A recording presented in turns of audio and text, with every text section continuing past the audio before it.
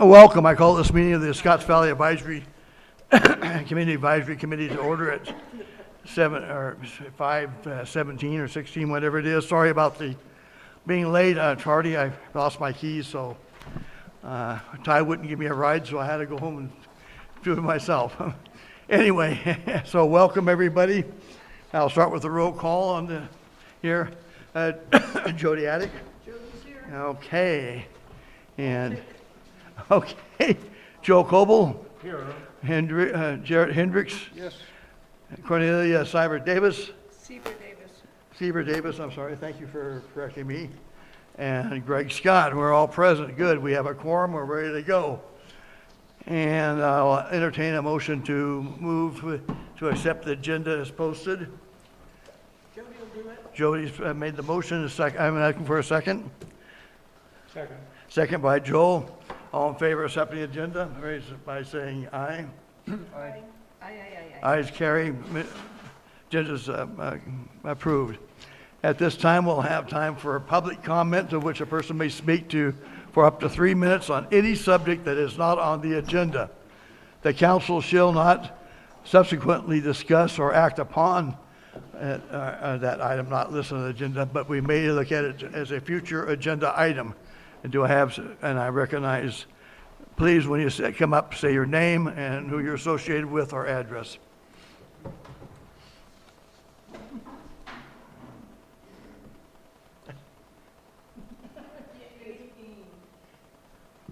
Good evening, Mr. Chair and Board. Margot Kambara. Just tilt the, no. This? Just tilt that down, Margot. On behalf of a Scotts Valley resident, I bring this topic to your attention. The request is for public funding for feral pig removal in Scotts Valley. Feral pig. Pigs. Yeah. And then short of that, information on public funding for feral pig removal. And then I have another topic for on behalf of myself.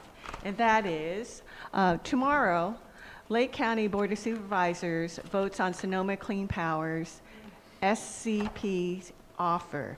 SCP's offer does not change the energy model for Lake County. Lake County will remain an energy consumer, and SCP is the community choice aggregator, the energy broker who contracts with energy providers. Lake County may be poor monetarily, but it is rich in natural resources, including geothermal. Lake County can change its fortunes by managing its resources wisely. For example, the county can be its own energy broker, setting terms, selecting partners, controlling how its geothermal resources are developed, retaining more of the energy revenue regardless of the energy source, such as geothermal. Countries and states such as Alaska manage their natural resources and fund their priorities. Think Sovereign Wealth Fund. In SCP's offers, Lake County is not a partner. Lake County does not get any special consideration for allowing SCP access to abundant Lake County geothermal resources. For real relief from scorching energy bills, Lake County should be its own energy broker. Invite an energy professional in to manage the operation on behalf of the county and provide Lake County with energy for minimal markup. When it comes to our energy situation, some are impatient.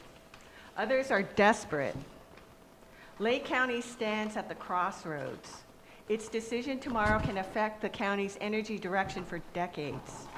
Several say that SCP's offer has been years in the making. They say that this is Lake County's best and last chance to have a say in developing its geothermal resources and its energy. Not so. We can do better. Tomorrow's SCP vote deadline is an artificial deadline. For a momentous decision, Lake County should not be rushed into a subpar deal. Let October 21st pass without joining SCP. I doubt that anyone will turn into a pumpkin after the SCP deadline. Let's start looking into energy options with real savings for Lake County. Let's approach this challenge seriously and with urgency. There are energy professionals in the county who can guide these efforts, and the county can contract out for needed expertise. Thank you. Thank you. And we heard you loud and clear on the first one, and we'll have to do some checking with Fish and Game. I thought maybe they might have something, but we'll look at that as a future item as well. Any other folks from for public comment? Not seeing any. I will close this section of the public comment, and we will proceed in with our guest speaker today. I'm going to ask Cornelia to introduce her. Okay, this is Shannon. Welcome. Hi Shannon, welcome. And you can introduce yourself better than me. Thank you. Let's get the Pharaoh pics. I never said anything about the Pharaoh pics. I need to remove them request I know, but from the county. From the county. Nothing from the county. I think Fish and Game. Good evening. On, yes. So thank you so much for having me tonight. I'm Shannon Walker Smith. I'm a Deputy Community Development Administrator at the County of Lake. And hopefully this is not the first time that you're hearing about this enormous project that we've undertaken called Lake County 2050. It's the general plan update of all 8 local area plans, and this optional plan, the climate adaptation plan, which is not yet a state requirement, but is probably headed that way. So it's a plan we're getting a jump on. We were able to work on a climate adaptation plan due to a funding partnership, a grant opportunity that we participated in with the Risk Reduction Authority and the RCD. So we have a grant that's going to be wrapping up in the end of January that's funded this plan and some other mitigation projects. So part of the climate adaptation plan started about a year and a half ago. We're working with a consultant called PlaceWorks, and the first piece of it was a climate vulnerability analysis, which looked at 91 climate hazards that could impact our community, and then using local data determine which of those hazards are most likely here and at what rate. And then it looked at what the impacts of climate hazards might be, and including populations that they impact the most, and also community assets, including things like economic drivers like tourism and agriculture. So we've had that climate vulnerability analysis out to the community for a while. There was a survey specifically to it. Maybe some of you took it. And that document has fed directly into the draft climate adaptation plan. We have a draft plan. It's an administrative review period now, so the department heads have had a chance to take a look at it. And then it's going to go to tribal review next. And then we're going to have the draft out to the public in hopefully early to mid-December, with the hopes to adopt it by the end of the grant deadline, which is January 30th. So what we're doing tonight is collecting input on things that you would like to see included in the plan before it goes to public draft. And so I have 3 specific questions, and this is a little bit of a role reversal. I know when you get people from the county, you're often proposing the questions for their answers, but tonight I'm going to be asking the questions and collecting your input. And I have one of our staff members, Ruby, in the back. She's going to be taking some notes for us. And so we're trying to get a sense of what the community thinks about goals, actions, strategies, and actions that should be included in this plan as a way to build resilience from climate hazards, prevent, and recover. So with that being said, the first question is, what programs, resources, or services have been most successful in helping our community prepare for, respond to, and recover from climate-related hazards such as wildfires, floods, extreme heat, and drought. What I'd like to do is set up a little thing where, when you ask the question, I'm going to ask the board to comment first. Okay. Then we'll turn it over to the public one at a time, so it's next, so. Perfect. With that. Great. I don't really think we had time to prepare for a thorough answer. I think that it might be better if you just allow those to speak who are ready to answer. I see this, Instead of going down the whole. I see this just as a brainstorming thing. Not everybody has to answer it. It's just a brainstorming thing. It is. Real quick. So, real quick, I like to see more infrastructure on clearing of property of hazardous materials to make it fire safe for not Okay. just the homes with the. Hold on, let's reel back for just a second. This first question is about what programs and services have been successful. So the first question is focused on. I'm sorry. What do we have in our community that's already working? What do we want to keep? What are our, all of the things that are going well currently in terms of disaster resilience? Okay. So that's where we're going to start, and then we'll get to the questions about what's You bet. needed. Joel, anything? Well, I do have a comment. There's, regarding wildfires,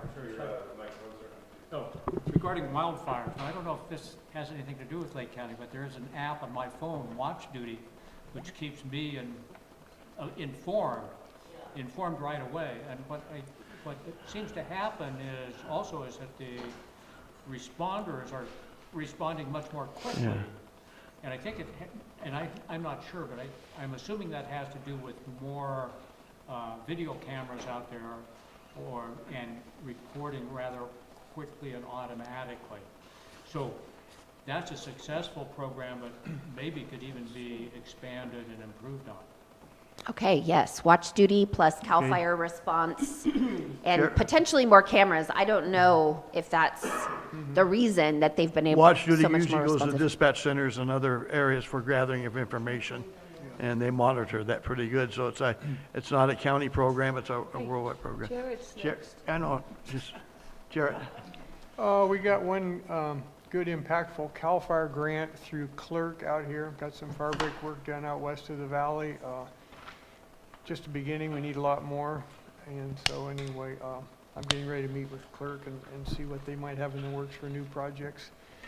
Basically, since the 2018 fire, we've now got a level of regrowth on the brush where we're getting serious fuel again. In a couple of years, we're going to kind of be back to square A where we've got higher risk levels again. So Yeah, I'd love to see CAL FIRE come through for some more work.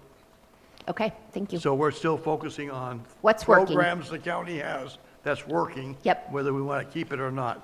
What's For the- working so far? Yep. No, I haven't got anything, go ahead. I've spoken enough. I'll turn this over to the public. Raise your hand if you'd like to speak to the issue of what programs the county has that's working, and we want to keep it or not. Anybody have anything? Ty? So, one question. I can talk loud enough. Unfortunately, our online can't. Yeah. The biggest thing I have, does the county have anything to do with the tree people that do the tree trimming for PG&E? Could you put the microphone here? Thank you, sir. Does the county have anything to do with the tree people who are doing the tree trimming for PG&E? I don't know. But if tree trimming for PG&E is something that you would like to see continued, we could include that Well, I just think on the county's list. getting screwed if they're part of the payment program because they're doing a terrible job.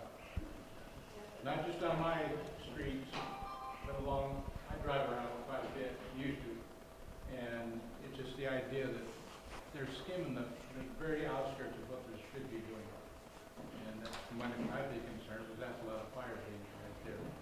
Okay, we're going to put that under number 2, Okay.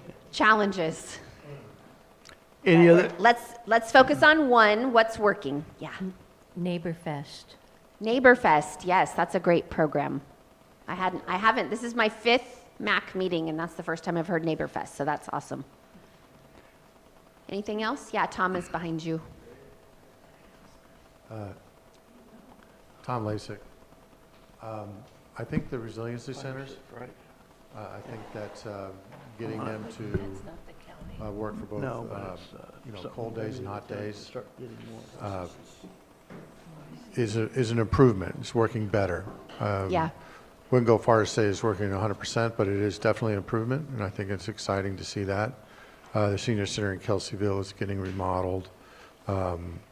It's real important for people. It's not just about fire, it's about heat waves, it's about cold Definitely. snaps. The watch duty, I think, is real important as well.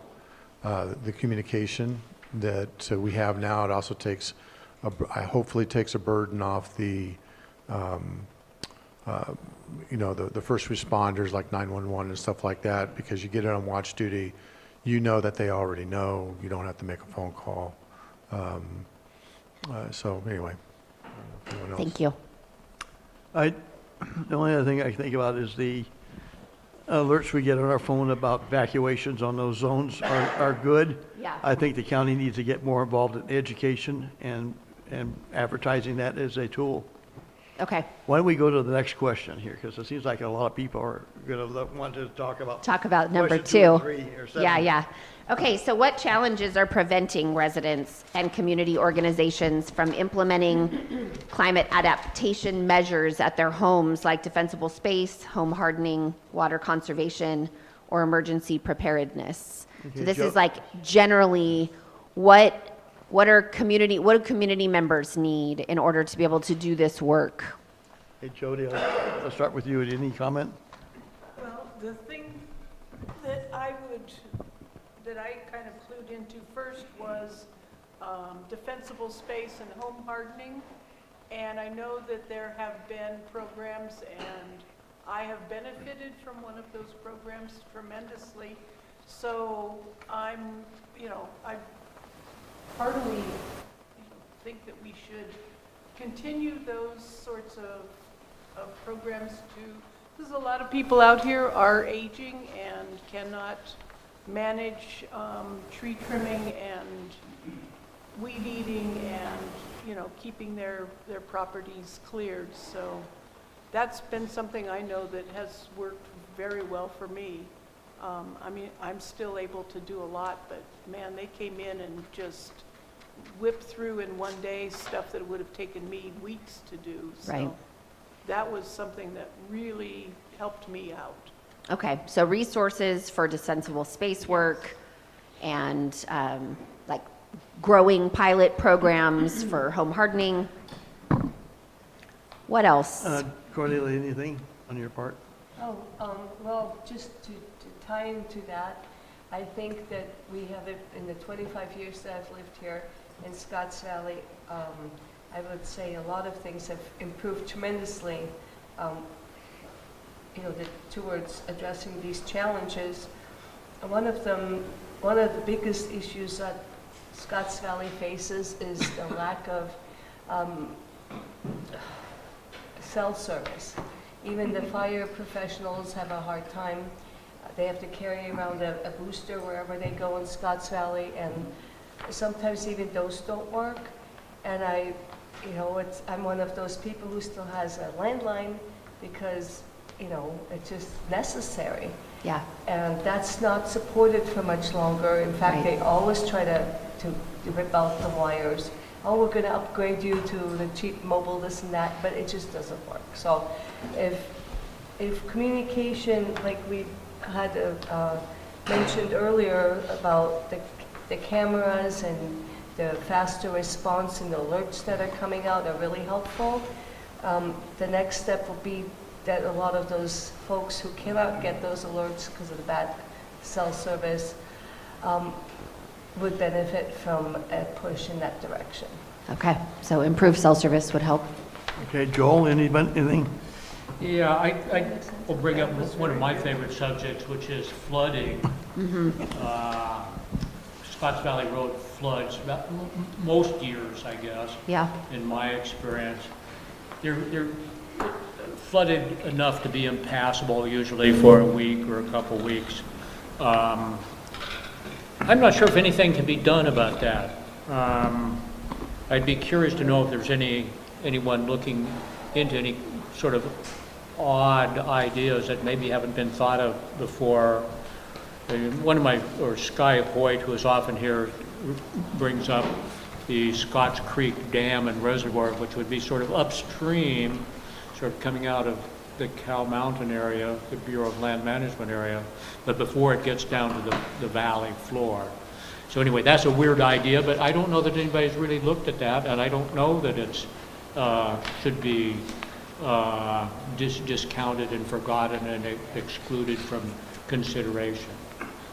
Okay, Thanks, great, Joel. thank you. Jared, anything? I don't think so. Just real quick, I know it can't be done by ordinance, but I think the county needs to really focus on getting easy-to-see address signs all over the county. I know, I just don't think an ordinance is going to forcing people into it, but the education is important, because as a past first responder, part of the stress of responding is finding the people in time. And when you go down the road here or other roads in the county, there's a bunch of signs on one road pointing in every different direction. And our county folks that run this county need to know that this is a priority of getting help to people. If we can't find them, they're SOL, and we're not going to be able to help them. So I think that some type of mandatory or high priority on education and making available these proper signs would be so important. I'd like to add to that. Thank you. I don't think it's a financial issue because I have a grant to purchase these signs for Scotts Valley residents, and I'm feeling like I'm at my wit's end trying to get people to take me up on this offer. So if there's some sort of, I don't know what, persuasion or incentive to get people, I thought people would just, be standing in line to get, this free signs. But that's just not the case. And I don't exactly know why, because, the outreach efforts have been made, and, by postal mail, by flyers, signs stuck on trees, so I'm not sure exactly what the issue is here for Scotts Valley, and a lot of people who own property here don't live here, so that might be an issue. But it could be perhaps a tax assessors related incentive might help. Just a thought. Okay, thank you for that. And I'm still waiting for my signs. Okay, anybody from the public, please raise your hand if you have okay, I'm going to go ahead and start. Tom Lasek. Yeah, the roads, they're not 4290 compliant. I know we have a program that we evaluate roads based on its pavement index, something like that. And there seems to be a motivation to improve our pavement index. We don't seem to be evaluating the roads for their 4290 compliance in a thorough manner. We have a lot of dead-end roads that exceed I live on a dead-end road that exceeds the limit. They're not the 20 feet wide. It's very frustrating. And I would like to see the county step up and start putting in programs to get these roads to compliance. When you put out a use permit for a developer, there's nothing stopping you from making as a condition of use that the roads that development depends on for evacuation to be up to compliance. But we just let it happen, and then it just gets worse because you're adding more development onto a road that's already been considered unsafe or based on objective metrics is not safe. It's not wide enough, it's too steep, doesn't have the right surface, sharp, blind curves, the whole bit. And Tom, Thank you you. might clarify for the folks that don't know what that code that you said, what. Yeah, so what's it's actually Title 14. It's a state minimum fire safety regulations. It's often referred to as 4290.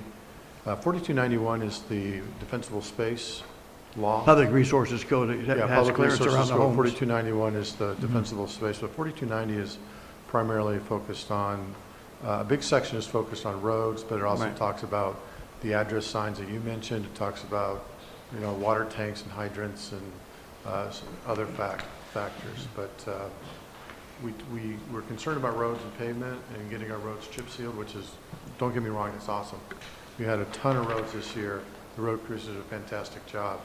But we need to start looking at fire safety as a priority, maybe Well, at the this- same level. There's something to look at. Anybody else in the public? And if not, we're going to move on.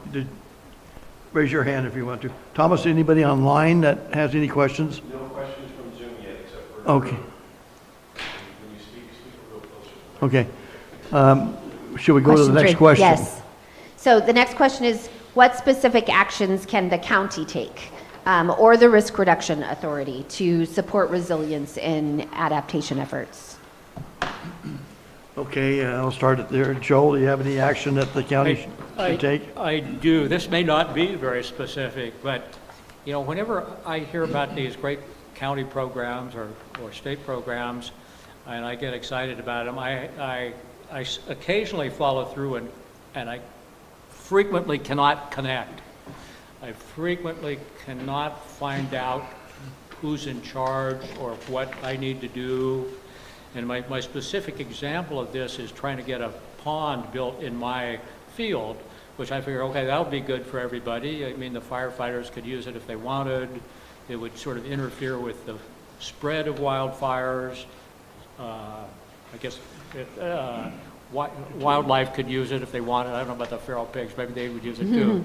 But anyway, I couldn't find anybody that I could really kind of advocate for me or for that. There is I think it's a federal government program that supposedly has something to do with that, but I did not get very far with that office, and I just felt like I'm not able to communicate, and so the recommendation, I'd say, how about an advocate or an ombudsperson who could kind of mediate between me and these programs that I think sound great, but I can't really make them work.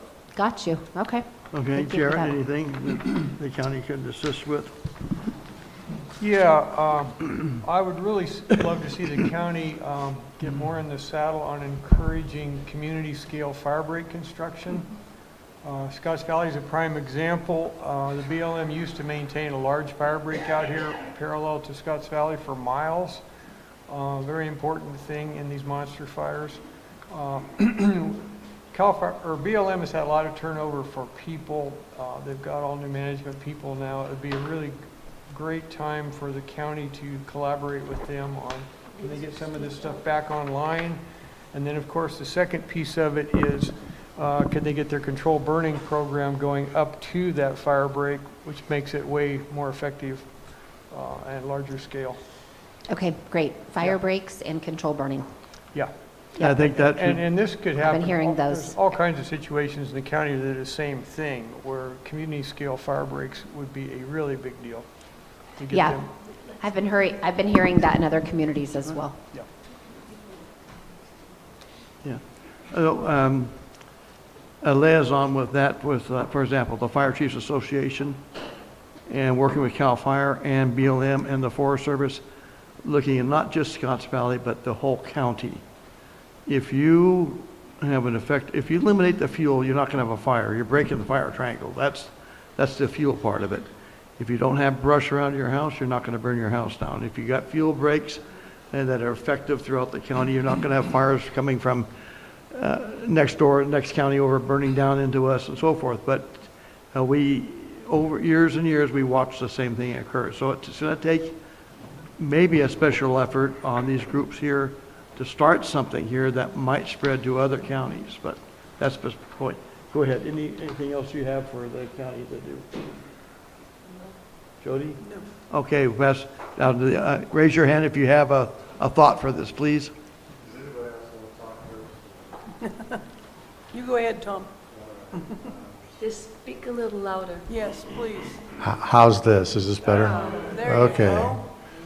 This is my late night DJ voice, and coming to No- you from no Scotts bedroom Valley. voice here tonight. Dig it in.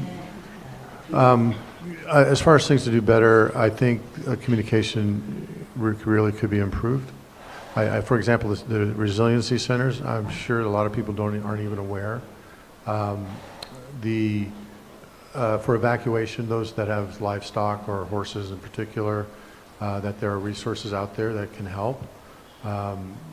Those type of communications, I have a lot of neighbors that have horses that say, well, if it comes in here, we're gonna have to stay because I can't leave my horses, and I don't have they're not even aware that those things are available.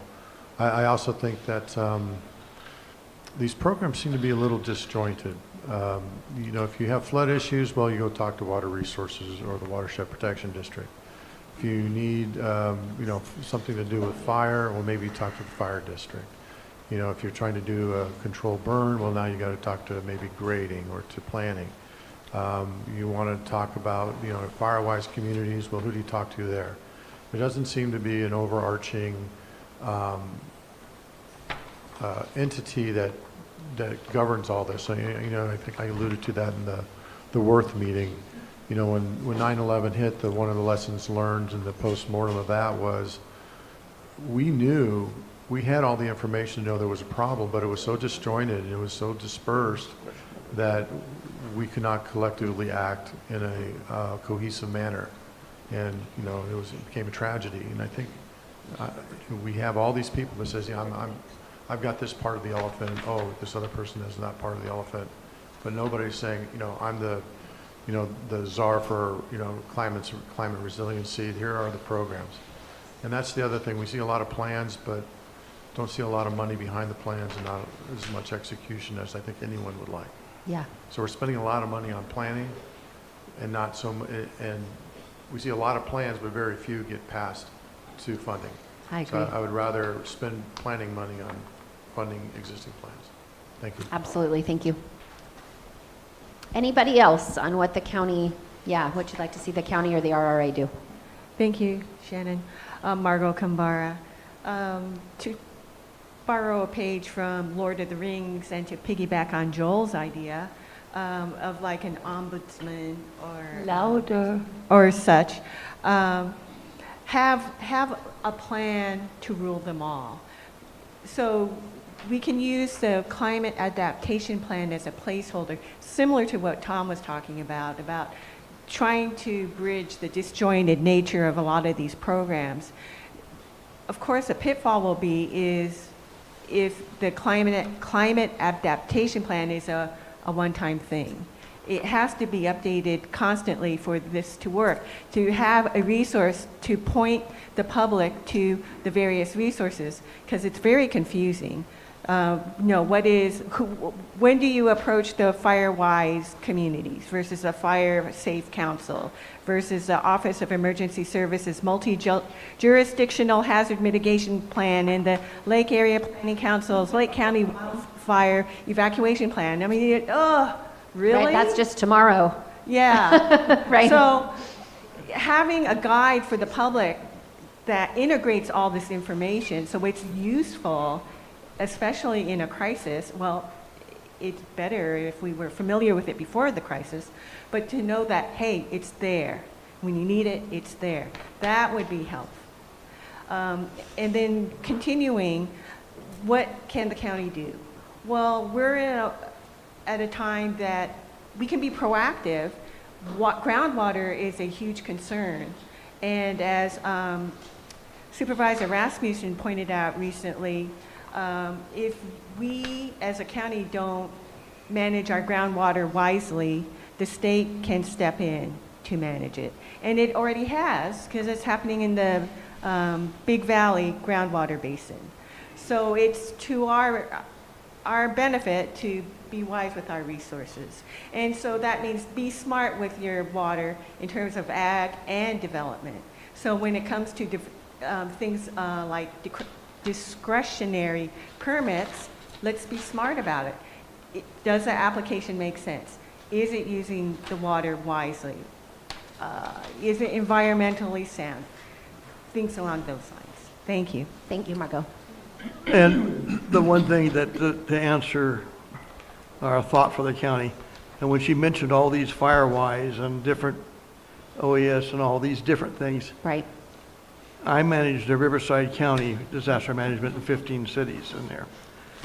all those type of entities reported to OES.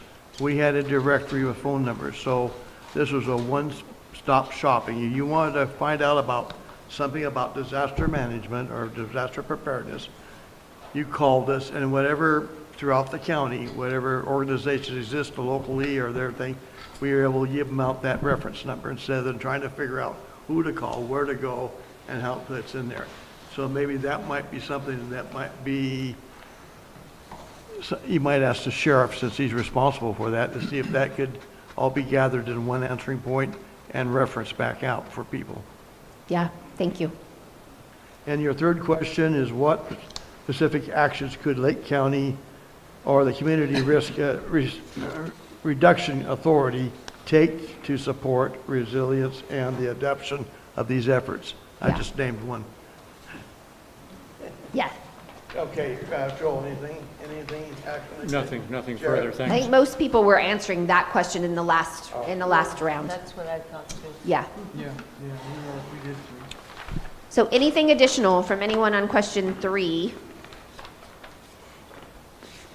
Okay. So my question is for folks in the audience here Yeah. that want to get a hold of you, and something pops up later, is that something that you guys are available for, or is Absolutely. So you can make a comment on any of the Lake County 2050 plans at any time on our website, lakecounty2050.org. There's a comment card there, so you can respond to basically any of the documents that you see on there, any input that you have on the general plan, on the lake, on the area plans, or this plan. You can leave a comment there, and you can also always call us or email us at CDD. Thank you. Any last thoughts before? I don't have anything.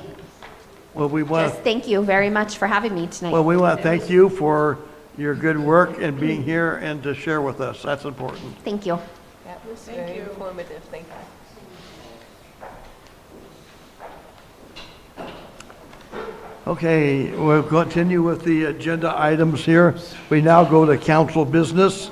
Item A, consideration of draft meeting minutes. Do I have a motion to accept the meeting minutes from last month? Did you read them? I did. Did you read them? Yes. Oh, Yep. and I'll make that motion. Jody will make a motion to accept the meeting minutes from last month. Do we have a second? I'll second it. Second by Jarrett.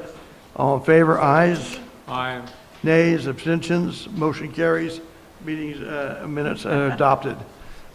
Old business, discussion on supporting the Scotts Valley Women's Clubhouse. This issue is something that is very near and dear to our hearts, is this building here. It is the center and the location for this, our community.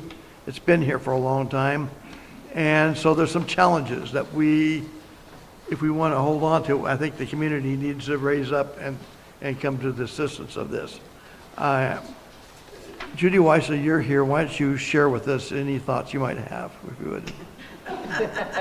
If not, I'll have Cornelia do it for you. He needs to retire. Yes, she does. All right. After 22 years of being president, she does. Okay, how about Cornelia? Why don't you explain what's going on and what we've done, where we're at, if you would, please. Oh, okay. Well, I had the fortune to meet all of you twice now, and Jody and Bibiana joined in those meetings as well. And I really want this organization to succeed, so I decided to join. I have no idea what that, I had no idea what that involved, but I'm assured that there's no penalties involved.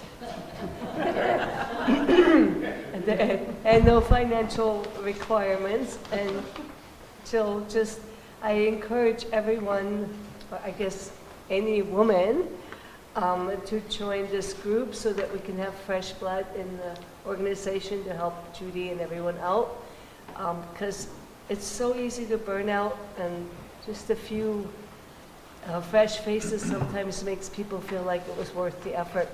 And my goal is to get the Women's Club back in the nonprofit status so they can benefit from grants and other opportunities that would come their way by being a nonprofit. They were a nonprofit until there was a lapse in reporting, and it's just a matter of getting the reporting back online for the status to get it reinstated. So I don't see that there's any issues with that, unless you have come up with something else. Judy came up, you were the one that went online and got the PIN number that, Bibiana needs it to go ahead with. Oh, great, yay. Yay, So that's so awesome. that can move ahead. Yeah, and Yes. one of the goals of getting their nonprofit status is hopefully to get Supervisor Rasmussen's support in funding these meetings for us, so that we don't have to pass the hat to give it to the Women's Club to pay for the lighting and heating. It all adds up, and we don't want to be a charity case for the Women's Club, who are already doing everything, as a charity. So in my estimation, it costs about, they can survive on less, but $5,000 a year is what I came up with for their expenses. But if they need a new roof or any other substantial issues come up, it would be best to aim for a fundraising goal for $8,000 to $10,000 a year. And for that, we just need more human beings to participate for the fundraisers, St. Patrick's Day dinners, and such other events, in addition to the renting of this room, which doesn't bring in that much money, obviously.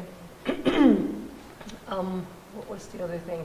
Oh, I got 10 of us helped do the defensible space around this building, and it was an invigorating and fun event, even though it was kind of exhausting. But we limbed up all the trees to 10 feet, and weed whacked the 100-foot perimeter. And so that's something that needs to be done every year, and the more members this group has, the easier that can be accomplished. That's it. Yeah. Thank you, Courtney. And of course, But Bibiana has, you have something to say, right? About, did you want to say something about the PIN number and whatever, the next steps? Oh, sure. Sorry. You can use that. Yes, now that I have the PIN number, I'll be able to go to the state. Oh, thank you, board, for listening to me. Now that I have the PIN number, I'll be able to go to the state franchise tax board and download all the paperwork so that the nonprofit status can be reinstated more easily. Otherwise, we thought we had to start from scratch, and we were a little overwhelmed, but now we'll be able to get all the documents and be able to have our nonprofit status back quickly. Great, thank you. and we recognize our supervisor, Brad Rasmussen. Yeah, my question is, do we have a timeline on when we expect to have the nonprofit reissued? It should be within a month. Within a month? Okay. Mhm. Yeah, just keep me posted, because once I Absolutely. get proof of that and it's uploaded into the system, I can process a request to give some assistance. Our goal is before the Absolutely. next meeting. Yes. Before the next meeting? Yeah. Yeah. Okay. Yeah, I'll just need a copy of That's an action the item. current on, nonprofit status. Nonprofit Great, status. on thank the you so much. building. We were all faced with the property taxes and the insurance here, and we all know that's a challenge for everybody in the valley as well as our clubhouse. So we certainly want to support it, and we appreciate the long-term leadership and commitment that the Scotts Valley Women's Club has given to this valley. It's very much appreciated here and recognized. So thank you. For sure. Yes, thank you very much. Any other comments about this issue? from my buddy. And we'll move on then to new business. Council members' terms expiring the last meeting of November 17th. And here I have the chart here that on our current membership, Cornelia Davis, her term ends on the January 1st, her expires, this is not right. I got the wrong one here, just a second here. We don't have new business. We don't have new business, whereas it just said that on the agenda. Oh, I'm looking at the wrong agenda. Oh, sorry. Yeah, Yeah. Anyway, so new business. the terms for the following people in, at the December 31st, Cornelia, Jody, and Jarrett, they're going to have to, and then the following year, 2020, at the end of 2026, Joel and I, our terms are up. It's a 2-year term. So we'll be reminding our current board members, if you want to renew, go see the county office and put in the paperwork. For anybody in the public that wants to be on the board, we can go to the county office and put that, you put your application in for the Scotts Valley Advisory Board. 2 years, right? It's a 2-year term, and Supervisor Rasmussen kind of looks us over and makes those decisions. Isn't that right, Mr. Supervisor? I make a recommendation that the whole board votes on it. Right. So we welcome fresh blood. I've been on this committee for 4 years, vice chair the first year, and then I've been the chair the last 3 years. And I like it because we're here to support you.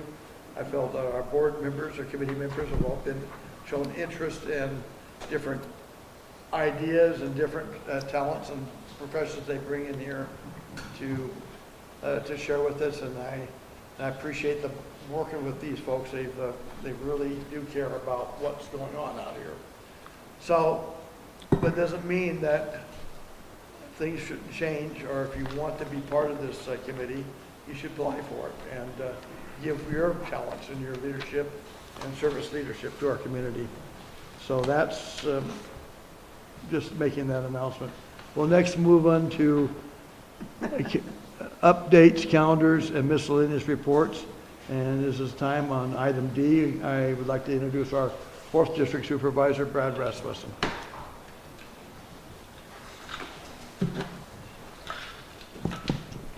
Yes, good evening, Council. Thank you. So the first item I want to report on is on October 6th, we issued the notice of resolution for application for the dissolution of the Scotts Valley Water Conservation District, which will be in front of our Board of Supervisors on November 4th for the board to decide if we're going to go ahead and send that application to the local area formation commission. Again, you know, we've talked about this item here at this council. We're not seeking to stop any of the activities that would have been under the purview of that conservation district, but rather, if it is dissolved, to kind of roll some of those things into your board monitoring some of that, and also our water resources flood control district kind of monitoring those same things. So if anyone has an interest in hearing that item or making any comment, that'll be on November 4th agenda. I don't have a time yet. As Margot commented, Sonoma Clean Power will be up for us to vote on tomorrow. The situation's a little more complex at this point because the offer that we got from Sonoma Clean Power was for all 3 governmental jurisdictions in the county to join. The city of Clear Lake voted no when it came in front of them a couple weeks ago. So,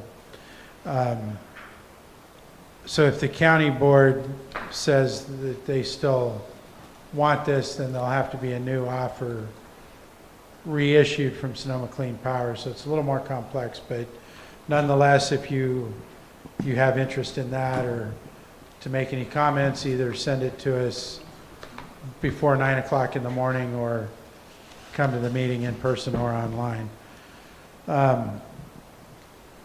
Another item I wanted to let you know that we're having tomorrow is a consideration of having a co-management agreement developed for management of Clear Lake. Basically what that is since 1973, the county has had the responsibility of managing Clear Lake, the water resource, the lake. That was turned over to us in '73 by the state. And today there are, primarily our Water Resources Department, but some other county departments are involved. Numerous agencies from the State Department of Natural Resources and all of our tribal entities in the county are doing work on projects on the lake. So I'm bringing this item in front of the board to request authority to go back and work on an agreement that would be a co-management agreement for the state, the county, and the tribes, with the idea that we would work together and kind of have the same plan in any of the work we do on the lake.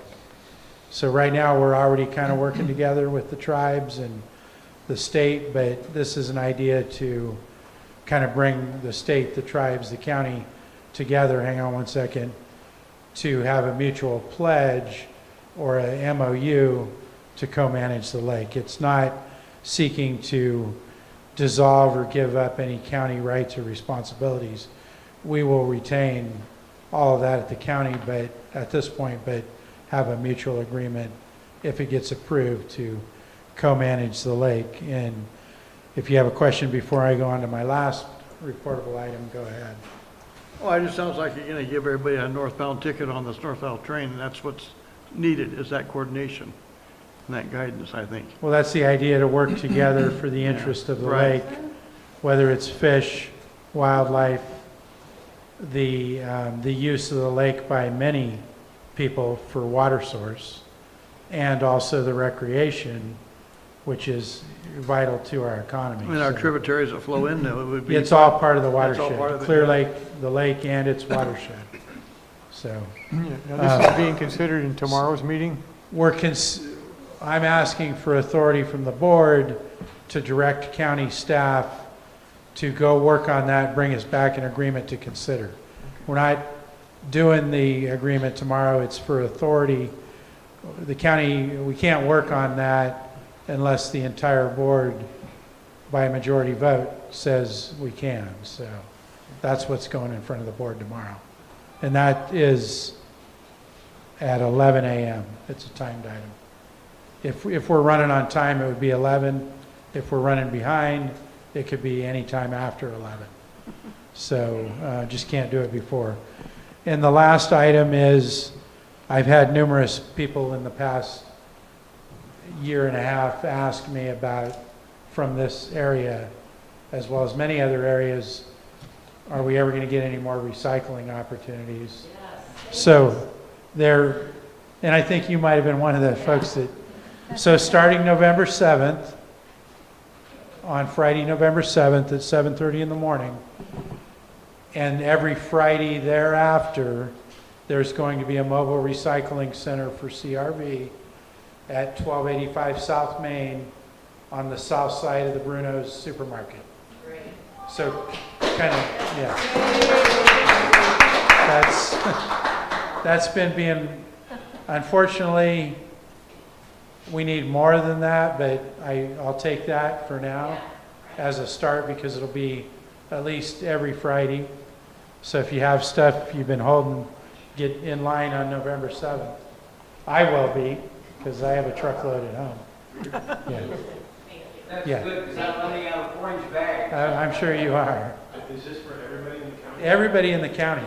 But only one day a week? Yes. That's better than But there's going to be one opening down on South Shore too. Oh, I don't have the details on that one. It might already be open. But yes, Great, thank you. What are the hours for this? 7:30 a.m. to 4 p.m. To 4 p.m., okay. Every Friday. Every Friday, yeah. November 7th. Call your 7:30. neighbors. And I'm sure it's been advertised on Facebook, on the, it's being shared around there, so people are hearing about it. Did you have a question on that? Tom? You answered that. I was wondering if it was rotating around county. No, this one is only for Lakeport. There's another, Do you know what Facebook page is or not? it's the primary, the city of Lakeport's doing the primary posting because it's in their jurisdiction. But it's not restricted for just the city. But there is work to put another one down in the South Shore, which may or may not be open yet. But, Yeah. okay, I'm there's, on Facebook all the time, I haven't seen any. yeah, the plan was to get one on each end of the lake, so. Any other questions on that? Could I go back, thank you, Supervisor Rasmussen. Clear Lake, going back to Clear Lake, it makes sense to me what you're saying is that there should be unified government cooperation. But, okay, here's my question.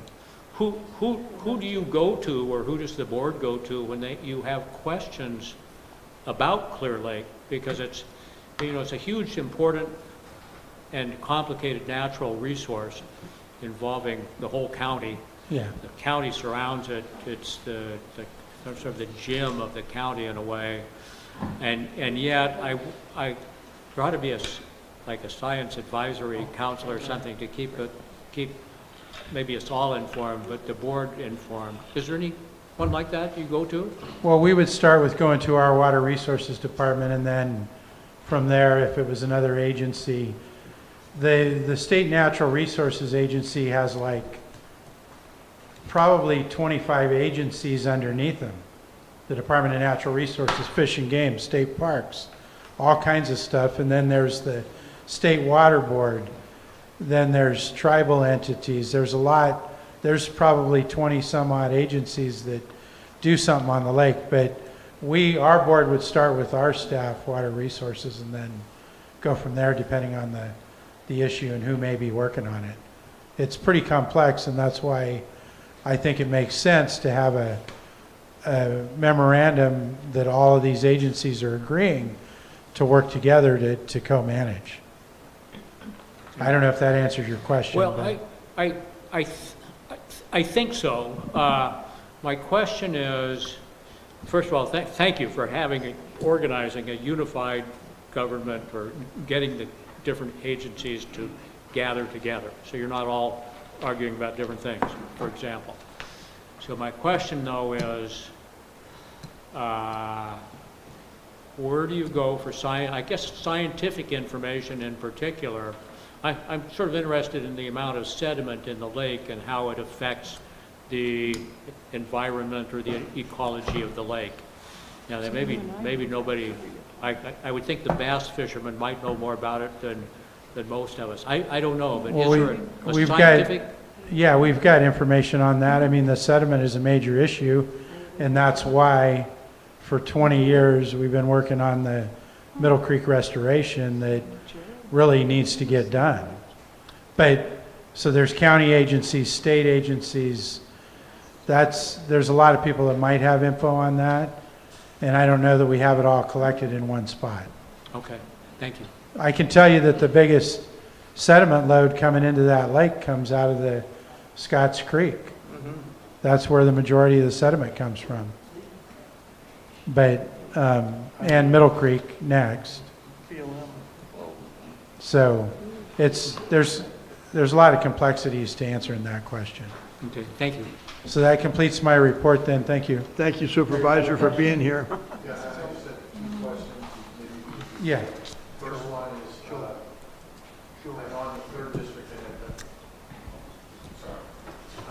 I know in the third district they had dump days. Is there any thought about having that in the fourth district? And then my second question, the Blue Ribbon Committee, sort of tying into is talking about, an organization is looking at the lake, if you might have any update on that. Thank you. Yeah, I do have, because I sit on the Blue Ribbon Committee as the county supervisor assigned. What's going on with the Blue Ribbon Committee is we got $13.6 million this year from the state to fund 14 projects that were already recommended by the committee. And I don't have my list with me today to say what they are, but there's 14 projects that are being worked on. A lot of the money's going towards some of the projects to try to mitigate the harmful algae blooms and different technologies. But the Blue Ribbon Committee is made up of, county, state, tribal entities, kind of similar to what this co-management agreement would be doing. And we have meetings every quarter with that. So the next time we have a meeting, we're going to start soliciting for more projects that we can review for recommendation. We won't have any more money. We'll have to hope that the state gives us more money. Because right now, the 13.6 million is already allocated. Well, I think that's fantastic, because that's gone beyond planning, and now we're sort of getting into Yeah. prototyping and execution. So, thank you. Yeah, all right. And as far as the dump days, that is on my list to try and see what we can do about some free dump days for unincorporated District 4. Twice a year, if you live in the city jurisdiction, you get a free dump day where you can take 2 truckloads per household, but you have to be a customer of Lakeport Disposal. So the only other thing we'd have currently for non-city residents in District 4 would be, once in a while, Caltrans will do a large item dump day. Sometimes I haven't seen another one advertised, but last year I think there was one. But I would like to figure out a possibility to do that, especially since I'm still seeing a lot of garbage. I do a road cleanup.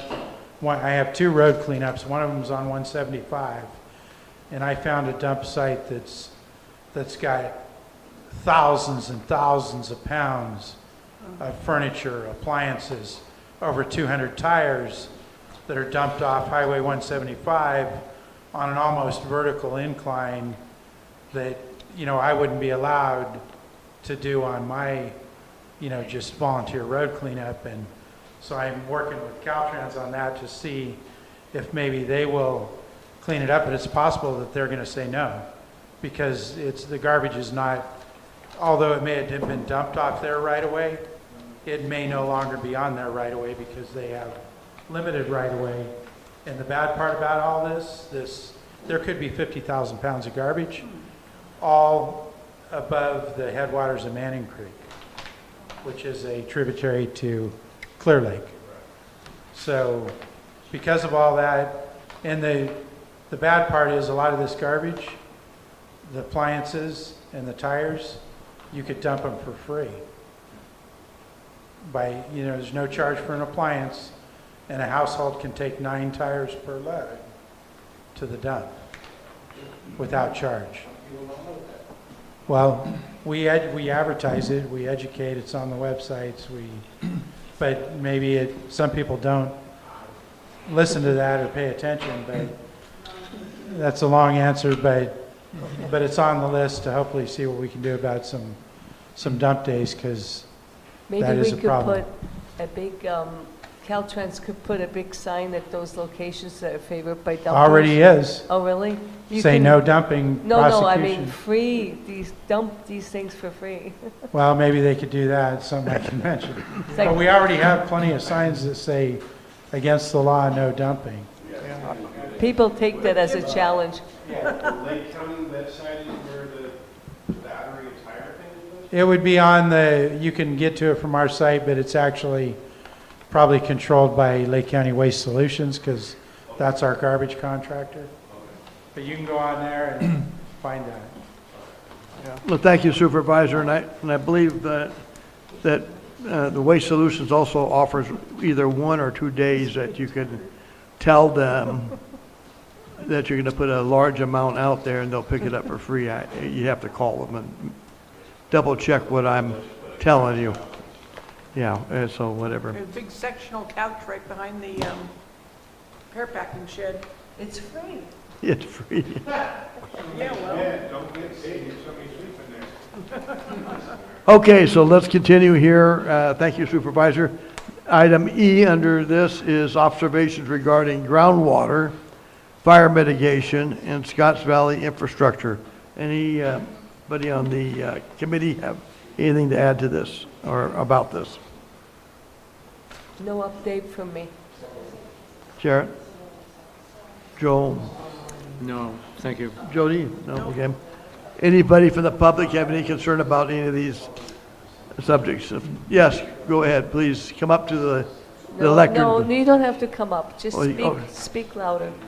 Thank you, Mr. Chair. Margot Kambara for a Scotts Valley resident. A Scotts Valley resident has more questions than input on this topic, and that is, one moment.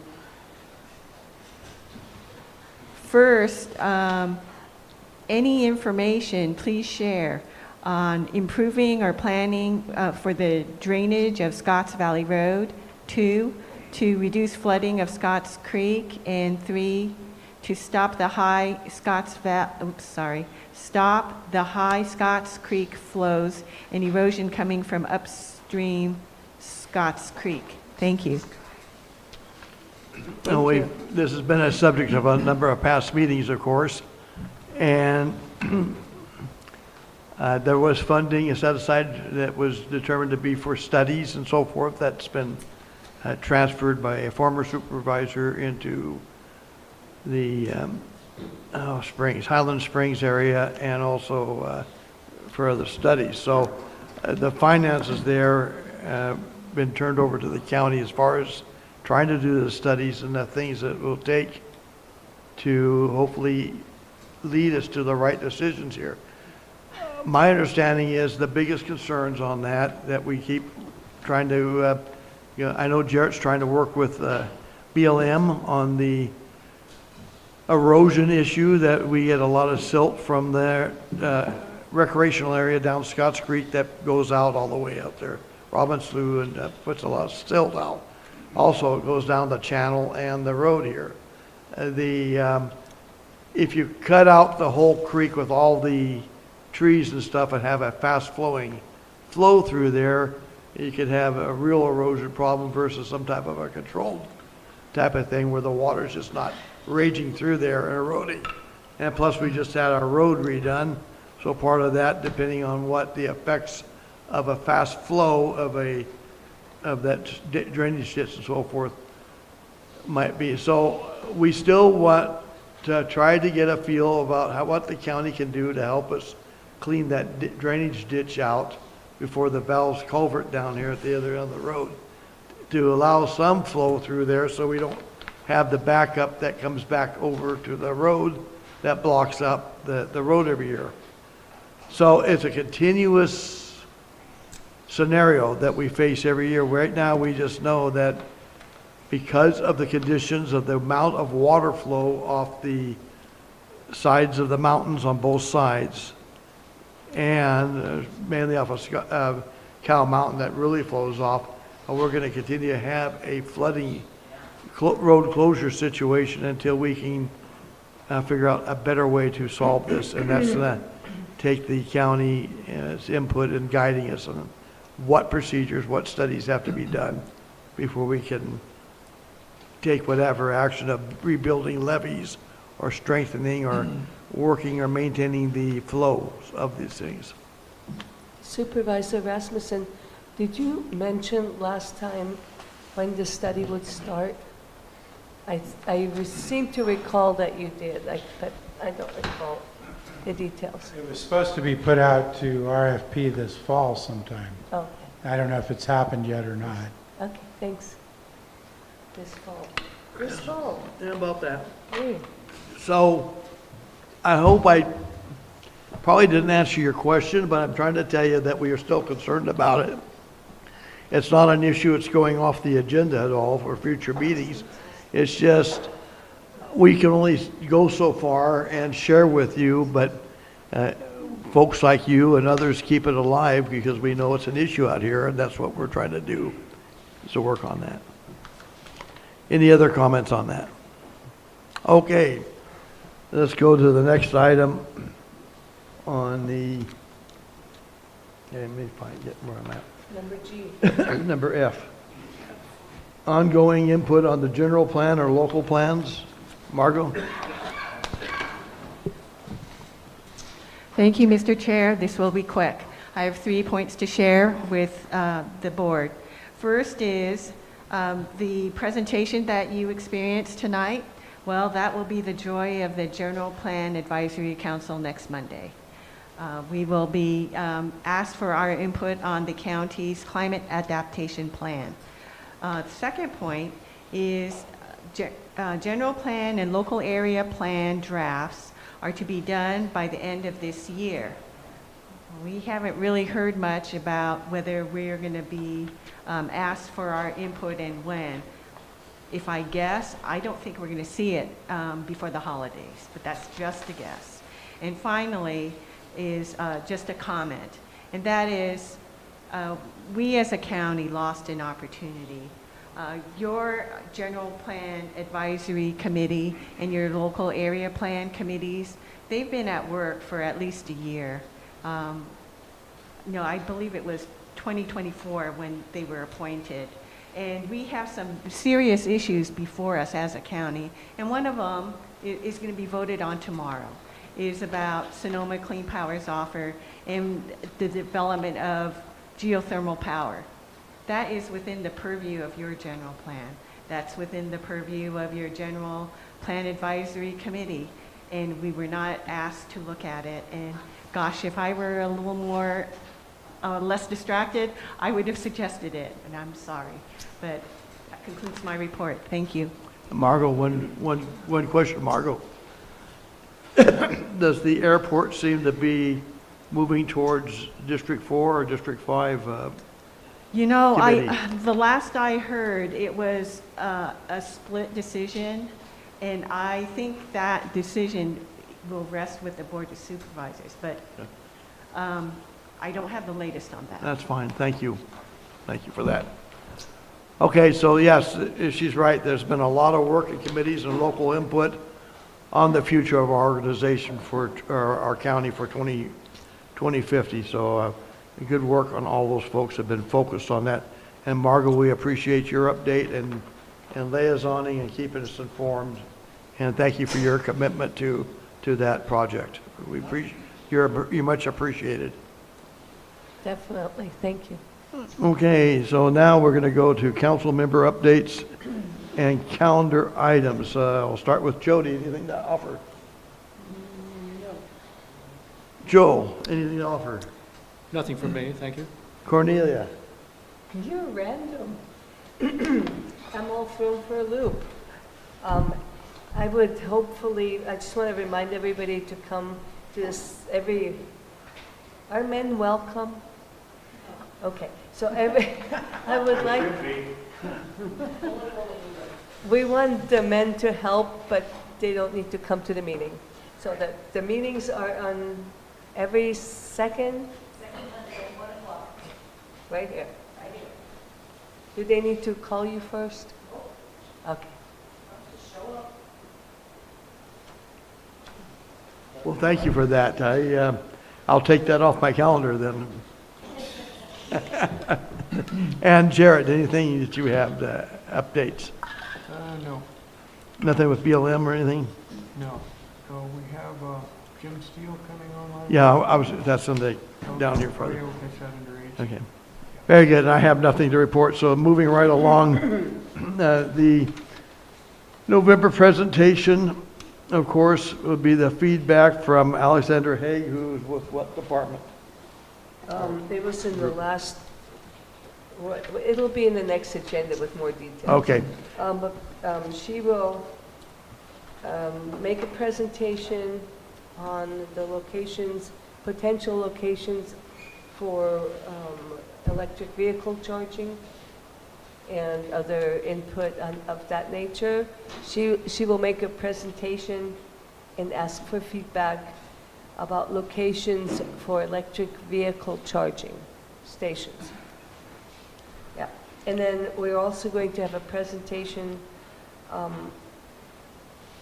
not to be confirmed still, to have Jim Steele here. Well, it is confirmed. Jim Steele will be here. He's a former Lake County Supervisor of District 3, very involved in state work and environmental and so forth. He has a lot of knowledge about Clear Lake and the challenges of it, and I think it's be an entertaining, informative presentation that is worthwhile listening to, because he came to our Rotary Club, and I found out a lot more things that I didn't realize about our lake and how it affects our valley here and the Robbins Root and the Scotts Valley, Scotts Creek deal.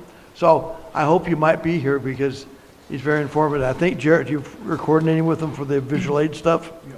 So we're on tune with that. So we're gonna have 2 speakers the next week. I know I do see that one space car or whatever looking thing going up and down the road. He may need a plug-in somewhere, but so also next week's business will be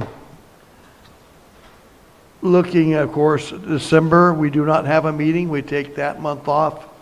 In January, we do have a planned speaker, and also we'll be conducting the election for the offices for this committee, the chair, vice chair, and secretary.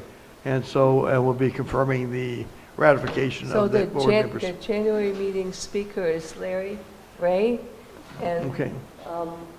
Jared, can you tell us who that is? He's a consulting ecologist that's worked in Lake County on projects for a long, long time. Guy is absolutely brilliant, amazing what he knows. I think his focus is going to be on the invasive weeds, Invasive some really species. bad ones that have been moving down the 8 Mile Valley drainage that are now hitting the valley in Scotts Creek that we need to be aware of and probably start doing some more projects. Yeah. So anyway, it should be real interesting, even though it's kind of focused on, particularly on that. He's a really good speaker. So we ask you not to remember on November 1st, fall back. Daylight savings time starts on the 2nd, so you don't want to be late to where you're going. And so remember, November 1st, set your clocks back that evening, and so you can make this important meeting here on time. But I just, again, we'll be meeting in November, What date? the 3rd Monday of the thing. 17th. I was going to say the 17th. The 3rd Monday is the 17th. Please tell your friends. Please bring your input. I think it's important that the reason that Supervisor Rasmussen wants this committee to be effective is to find out the concerns and be an arm that reaches out to try to focus on the needs of our citizens here, as well as doing things. And so we are very fortunate to have an outstanding supervisor that is constantly in touch with us. Here is available to you here tonight. Lots of good things that he is working to accomplish, such as the waste pickup for aluminum cans or whatever that's called. And yeah. So with that, I have no other business of concern. I'm going to say at this time, this meeting is adjourned. Thank you all, Yeah, and have a I great hope- Halloween. I hope you guys come back next month, because it's so nice to have an audience.